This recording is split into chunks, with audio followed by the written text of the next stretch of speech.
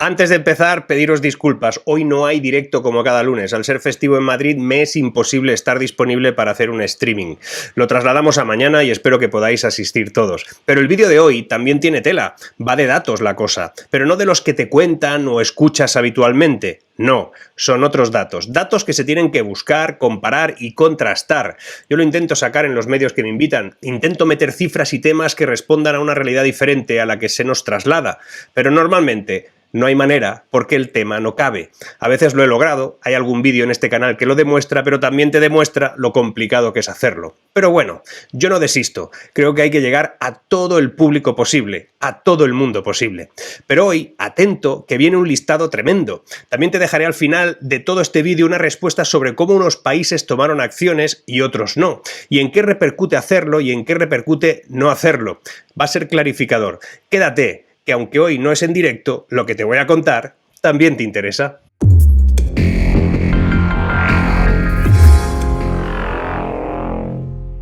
El Fondo Soberano de Noruega es el más grande del mundo. Nicolai Tangen es su director ejecutivo y está al mando de más de 528 expertos que han logrado un gran éxito a la hora de posicionarse en el mercado haciendo inversiones acertadas. Pues Tangen dijo en un acto hace unos días que probablemente nos enfrentamos al mayor cambio económico desde hace 30 años, unos cambios que estarían provocados por la desglobalización. El jefe del fondo noruego comunicó en ese mismo evento que no habrá un lugar en el que esconderse para salvar de las turbulencias a los mercados y que recomendaba, además, a los países a prepararse para ver cosas que aún no se han visto desde los años 70. Datos.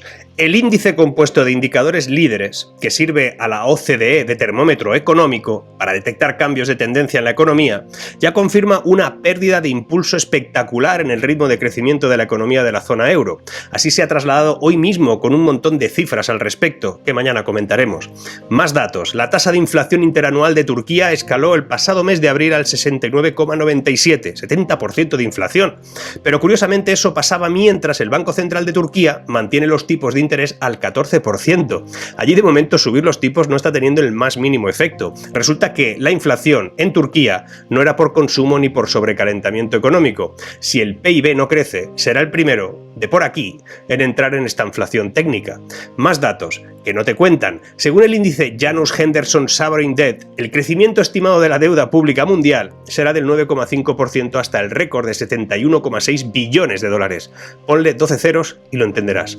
Pero si esto es grave, lo peor está por llegar. Resulta que en 2022, a diferencia de los años anteriores, los costes del servicio de la deuda, en castellano los intereses, dejarán de mantenerse bajos, cosa que lo va a poner todo patas arriba. Hay países que llevan muy mal esto de la deuda y casualmente entre ellos destaca España, 12 points, Spain, 12 points. En España la deuda pública literalmente se ha disparado desde 2007, una tendencia ininterrumpida desde que teníamos unos 380.000 millones de euros en deuda hace más de una década. Desde 2007 la deuda pública se ha multiplicado por 4, llegando a los 1,42 billones de euros, con B de barbaridad. Pero en este caso, mal de muchos, consuelo de pocos. Resulta que la deuda total mundial, la pública y la privada sumadas, también están registrando tasas récord. Según el último informe del FMI, se alcanzó el mayor aumento de deuda desde la Segunda Guerra Mundial, incrementando en 226 billones de dólares esa deuda, con B de buff. La deuda mundial está en el 256% del PIB mundial, un aumento que las instituciones públicas tienen una culpa solo en el 50%, el otro es deuda privada de sociedades no financieras y hogares. Es decir, que cada vez hay más gente en este mundo que es propietaria de una deuda y no de un bien. Otro indicador más, de esos que no se cuentan en los medios. Se trata del que hace referencia a la producción industrial, un índice que mide la evolución de la actividad productiva en las ramas industriales sin contar la construcción. ¿Sabes por qué no te lo van a mostrar en ningún informativo? Pues porque se encuentra en negativo. La variación mensual del índice de producción industrial es del menos 1,8% desestacionalizado. Esto quiere decir que viene un parón industrial de narices. Recordemos que el empleo no cíclico, es decir, el que no depende de si vienen o no alemanes y británicos a nuestras playas, es el industrial. Pues un puntaje negativo es el principio de un desastre de proporciones muy importantes. Por cierto, dale al like y suscríbete. Este es un buen momento. Más temas, más datos. Ya te he hablado del empleo y de los datos que trasladan habitualmente y que en serio son como un insulto a la inteligencia. El proceso de disfrazar los datos es realmente simple y por eso debe ser realmente efectivo. No lo sé. Publican una nota de prensa institucional en base a un uso de las cifras y la semántica que interesa al que manda. Los medios lo replican en los informativos, lugar donde no se suele reflexionar. Las tertulias toman esos datos como que han salido en los informativos y se dan por buenos, y se traslada una tendencia positiva. Si dices algo distinto, pones en cuarentena esos datos y aunque lo demuestres que son un camelo, te llaman de todo menos guapo. Pero los datos de empleo, como te he contado en otros vídeos, pesan como el plomo y tarde o temprano dejarán de flotar. Hay un deterioro importante del mercado laboral, especialmente en el sector industrial, con 68.000 ocupados menos. Volvamos a ver cómo lo industrial está en caída libre en un país que debía haber equilibrado su modelo de crecimiento durante los 2 últimos años gracias a el gran reinicio que nos ofrecían desde Europa. Y es que lo industrial tiene tela. Mira, algo que tampoco se suele poder ver en ningún sitio, porque cuando se pide hablar de ello te dicen que es poco sexy, se trata de la evolución de los precios industriales, es decir, la subida de los precios que están sufriendo aquellos encargados de elaborar los bienes y servicios que consumimos y que ya roza un incremento del 50%. Por eso, es de risa que alguien proponga hablar de la inflación como algo pasajero. Que baje al 8,3% es de nuevo utilizar el lenguaje como a uno le interesa. No baja, el IPC está en el 8,3 interanual. Como una cosa es el IPC y otra es la inflación, como te he contado en otros vídeos, básicamente porque la inflación es pérdida de poder adquisitivo, no subida de precios, resulta que si lo industrial está subiendo un inédito 50%, es que viene una santa hostia industrial. Lo peor es que si la industria sube los precios, es por el coste de producción, algo que significa menos productividad, menos competitividad y menos empleo a la larga. Un desastre que parece que nadie atiende, no lo entiendo. Me preocupa que se vea positivo que la inflación pasa del 9,8 al 8,3. Es la argentinización del lenguaje económico, la retórica de que hemos alcanzado el pico de la inflación y que a partir de ahora bajará. Es muy preocupante. Las estimaciones del gobierno son de un 6% de inflación para finales del año. Eso es destructivo para las familias y para las empresas que ven como sus ahorros se esfuman sin hacer nada. No se debería entrar en el debate de si 6 es mejor que 9. ¿Por qué ambas? Ambas cifras son un agujero negro. Los precios industriales también están en el máximo histórico, con una escalada mucho más pronunciada que la que experimentaron durante la crisis del petróleo a finales de los 70. Y si no suben más, es porque se ha decidido intervenir en los precios energéticos, algo que os aseguro no es una gran idea, el tiempo lo dirá, pero cuando alguien intercepta los precios, más pronto que tarde, la oferta se contrae y la demanda se mantiene. Y si no se puede vender al precio que toca, alguien lo tendrá que pagar. Posibilidad A. Lo paga la calidad del servicio. Posibilidad B. Tú, con tus impuestos a fin de compensar a la oferta. Eso es lo que va a pasar. El segundo, con el lío ese de limitar el precio del gas. La diferencia entre el precio que compra la empresa energética, el gas, y el precio máximo al que puede venderlo, ya no lo pagará el consumidor, sino también el que no consuma. Toda esta gente son unos genios alrededor de una mesa. Da igual si la mesa está en Madrid, Bruselas o Estrasburgo. Pero sigamos con más datos. Hay otro indicador bastante duro, la caída del 5,5 en el comercio minorista. Un valor muy similar al que mostraba en junio de 2012, cuando el ministro de Economía del PP, y que ahora es el vice del Banco Central Europeo, Luis de Guindos, anunciaba que España había conseguido un préstamo con condiciones muy buenas por parte de Europa. Joder, no era un crédito, era un rescate que se llevó por delante servicios, obligó a recortes y nos fuimos al 26% de paro. Ahora este señor, de Guindos, defiende que el fin del programa de compras de activos del organismo que vicepreside terminará seguramente más cerca de principios del tercer trimestre que finales, es decir, en julio. Más datos. La industria cae un 1,4%, los servicios un 1,7%, la construcción se estanca un 0,3% y seguimos dependiendo del sector turístico mientras nos gastamos o no, vete tú a saber, los fondos europeos en cosas que, de momento, no tienen el más mínimo efecto en esa transformación económica pendiente.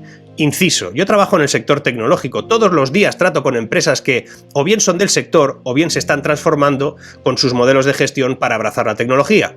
Y no he visto a nadie aún, que tenga algo claro de esos fondos Next Generation.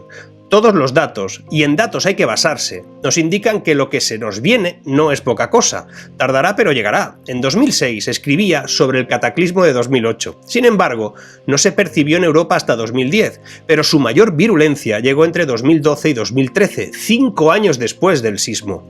Por eso, ahora, una cosa es ver la explosión de lejos y otra la onda expansiva. Pero si me permites, te voy a confesar algo. Fue en ese momento, en el que muchas cosas estaban cambiando en medio del terremoto, que yo monté una empresa. Justo cuando explotaba todo a mi alrededor, dejé de dirigir una empresa de la economía tradicional que pintaba mal y pasé a fundar una en la economía digital. Nos fue bastante bien. Años después la vendimos a una consultora internacional. Aprendí que en medio de un escenario complejo surgen algunas oportunidades, pero hay que vincularlas a la tendencia económica que viene. A eso le llamamos, en su día, transformación digital. Era una transformación digital muy básica, pero cierta al fin y al cabo. Ahora es igual, salida en K. Salida de la crisis en K. Te recomiendo ver el vídeo sobre este tipo de salida de una crisis que hice ya hace algún tiempo y que explica cómo afrontar una situación como esta que cada vez está más cerca. Y es que llegarán los nubarrones. Y España, de hecho gran parte de Europa, no están en la mejor de las situaciones para afrontarlo. Si los bancos centrales aceleran la subida de tipos de interés y ponen en marcha el tapering, se va a echar el freno de mano a la economía. Más datos, un dato más. En este caso haciendo referencia a lo que ha publicado en sus redes recientemente Michael Burry. Este analista predijo el estallido de la crisis de las hipotecas subprime ya en 2007, hasta le hicieron una peli. Ahora dice que las acciones de las compañías que cotizan en Wall Street lo hacen al doble de los ingresos anuales que obtienen, por el que él dice eso es síntoma de que va a haber un crash bursátil lento y sostenido y que nos va a empobrecer a todos. Eso es algo que ya contemplan algunos agentes económicos. De hecho, hay países que están tomando posiciones, otros no. El empleo ni es robusto, ni crece de manera importante y tampoco es fijo. Le llamen discontinuo o lo pinten con purpurina, rosa y azul. No crecemos. El espejismo turístico genera una facturación revisable si no se equilibra con el industrial. España está lejos de recuperar los niveles del Producto Interior Bruto previo a la pandemia. Según el propio Ministerio de Economía, no volveremos a ese punto de origen hasta 2023. O sea, ya lo aceptan, ya lo dicen. Lo del turismo tiene mucha relevancia en este punto. Es importante cambiar el modelo económico y equilibrarlo. Sin perder potencia en el motor turístico, hay que meterle potencia al industrial, al tecnológico, al agrícola o incluso, si me apuras, al de servicios. Muchos dicen que España no se ha recuperado rápido, como otros en Europa, porque nuestro turismo era del 12-13% de la economía. En Francia el turismo pesa incluso más, un 15%, y su economía está ya al nivel de 2019. De hecho, hace ya un tiempo que llegaron.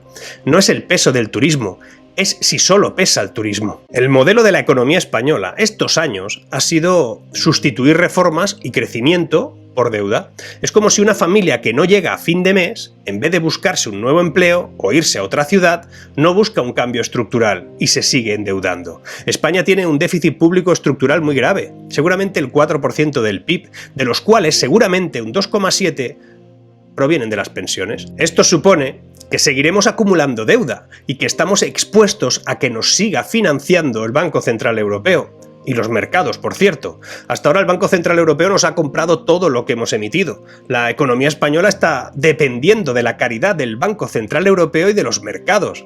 Dopados, oxígeno y dependencia.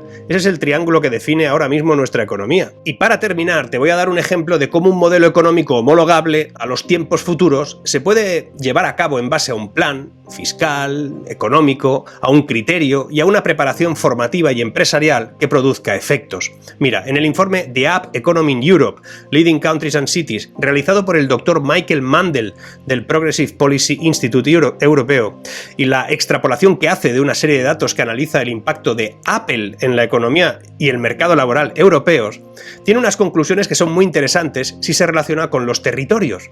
Según ese informe, todo lo que deriva de las aplicaciones de Apple han permitido crear casi 1,7 millones de puestos de trabajo desde 2008, año en el que lanzaron su App Store. De ese informe se extrae que Apple tiene 22.000 empleados, 170.000 empleos que son de proveedores europeos y 1,5 millones de puestos atribuibles al App Store. A España, uno de los clientes más importantes de Europa para Apple, le tocan 76.000 empleos relacionados de un modo u otro. En Francia, 220.000, en Noruega, 46.000, en Países Bajos, 167.000 y Alemania, 262.000. La cifra que es más relevante es la de Holanda. Allí ocupan el doble de personas que en España, siendo un país mucho más pequeño. A eso se le conoce como digitalización de la economía, algo que han trasladado ya a otros sectores como la agricultura, la industria y el turismo incluso. Por eso es tan importante que este momento se convierta en una inspiración para el cambio, para la transformación, por mucho que intenten disimular los datos, desviar la atención y trasladar una realidad poco creíble. A mí esta gente no me va a hacer desfallecer. Sigo pensando que explicando a lo que nos enfrentamos, comparando los datos y señalando a quienes sí están haciendo algo al respecto, se podrá afrontar el desafío que tenemos delante. Análisis, crítica e inspiración. Es lo que hay que hacer. Sigamos.